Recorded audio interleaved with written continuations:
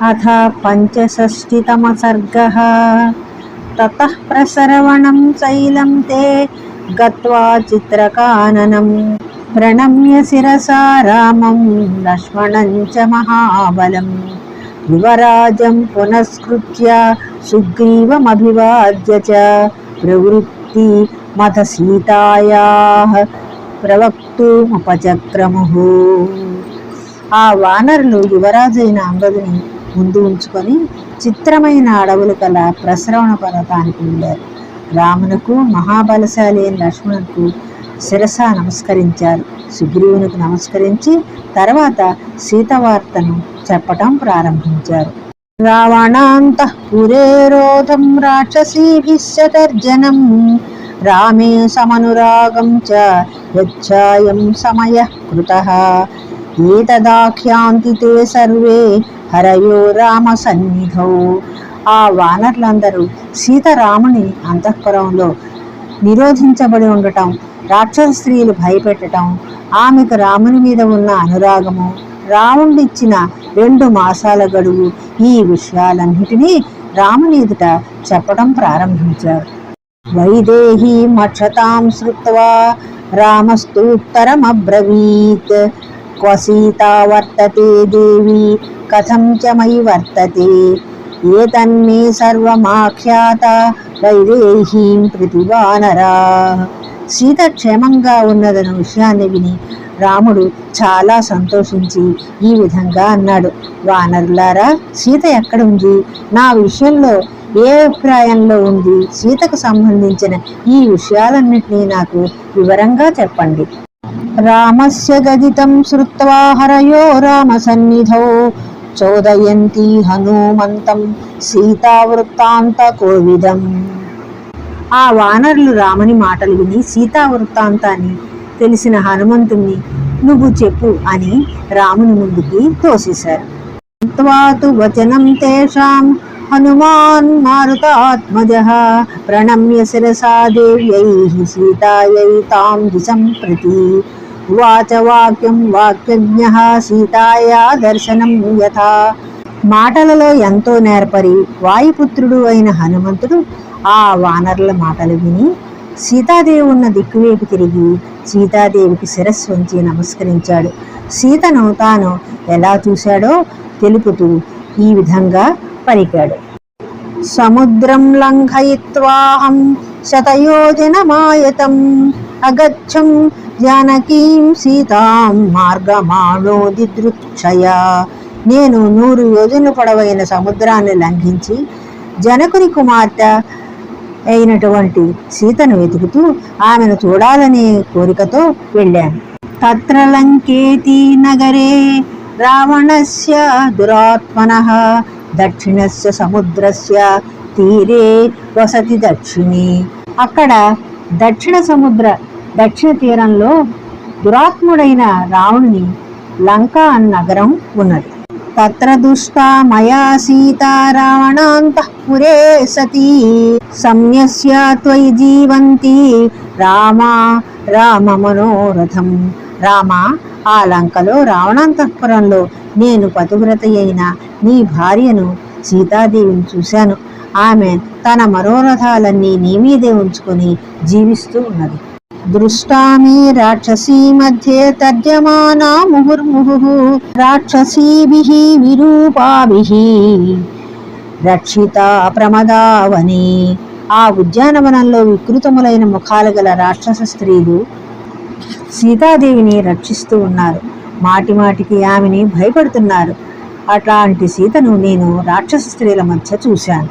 దుఃఖమాపద్యతే దేవి త్వయా వీర సుఖోచిత రావణాంతఃపురే రుద్ధ రాక్షసీభిః సురక్షిత ఏకవేణీధరా దీనా త్వయి చింతాపరాయణ అధః శయ్యా వివర్ణాంగీ పద్మినీవ హిమాగమే రావణాద్వినివృత్తార్థ మర్తవ్యకృత నిశ్చయా దేవీ కథం చిత్కాకుస్స త్వన్మనా మార్గితామయా.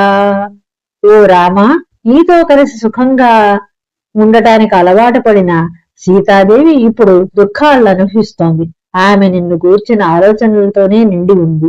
ఒకే జడతో దీనురాలై ఉన్న ఆమె నేల మీదే పడుకుంటోంది.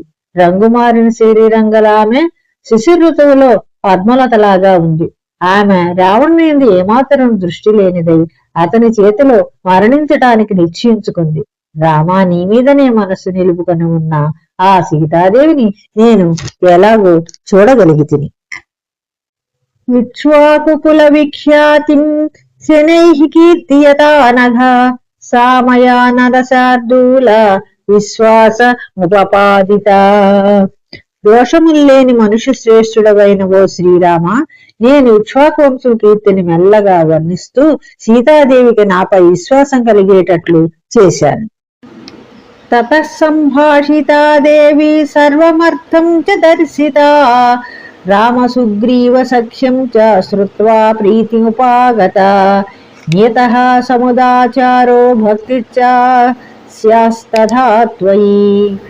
తర్వాత నేను సీతాదేవితో మాట్లాడి విషయాలన్నీ తెలిపాను. రామసుగ్రీవుల మధ్య స్నేహం ఏర్పడిందని తెలుసుకొని ఆమె ఎంతో సంతోషించింది. ఆమె సదాచార నిష్ఠతో నీపై స్థిరమైన భక్తితో ఉంది.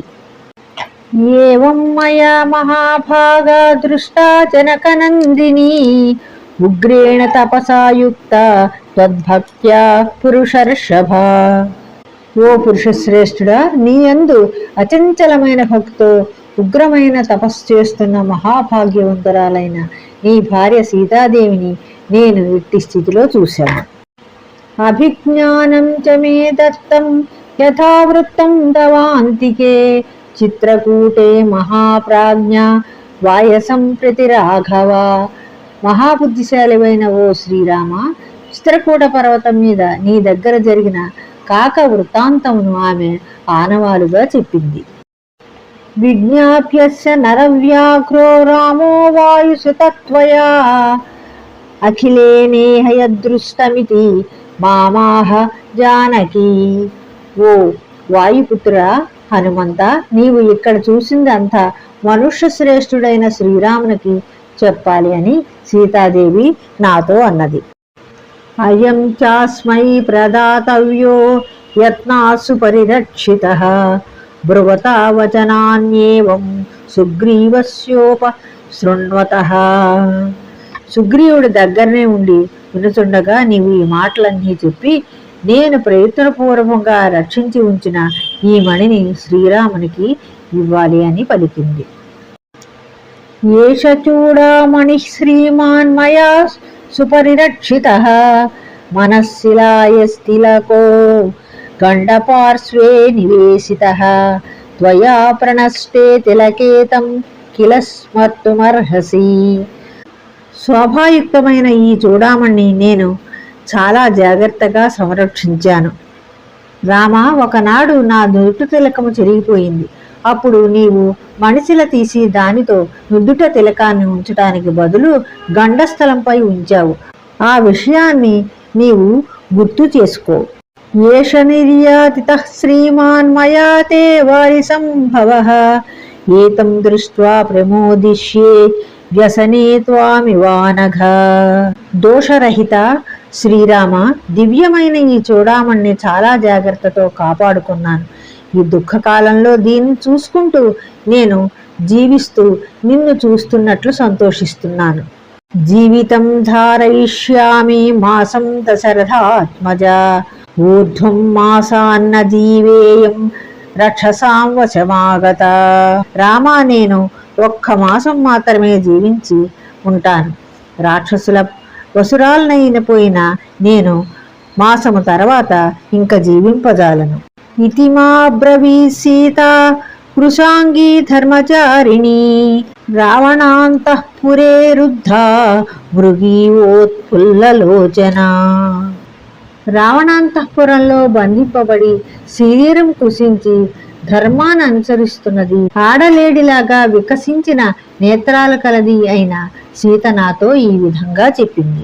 ఏతదేవ మయా ఖ్యాతం సర్వం రాఘవ యద్యథా సర్వథా సాగర జలే సంతారః ప్రవిధీయతాం. రాఘవ, ఈ విషయాన్నంతా జరిగినట్లు నీకు విన్నవించాను.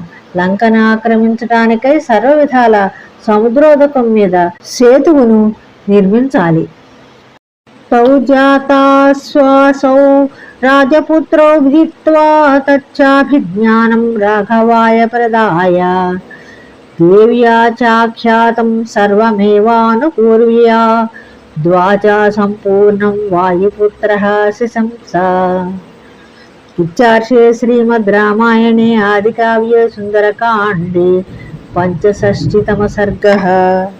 వాయుపుత్రుడైన హనుమంతుడు రామలక్ష్మణులకు ఊరట కలిగిందని గుర్తించి ఆనవాలుగా తెచ్చిన ఆ చూడామణిని రామునికిచ్చి సీతాదేవి సందేశాన్నంతని పూర్తిగా క్రమం తప్పకుండా మాటల్లో చెప్పాడు.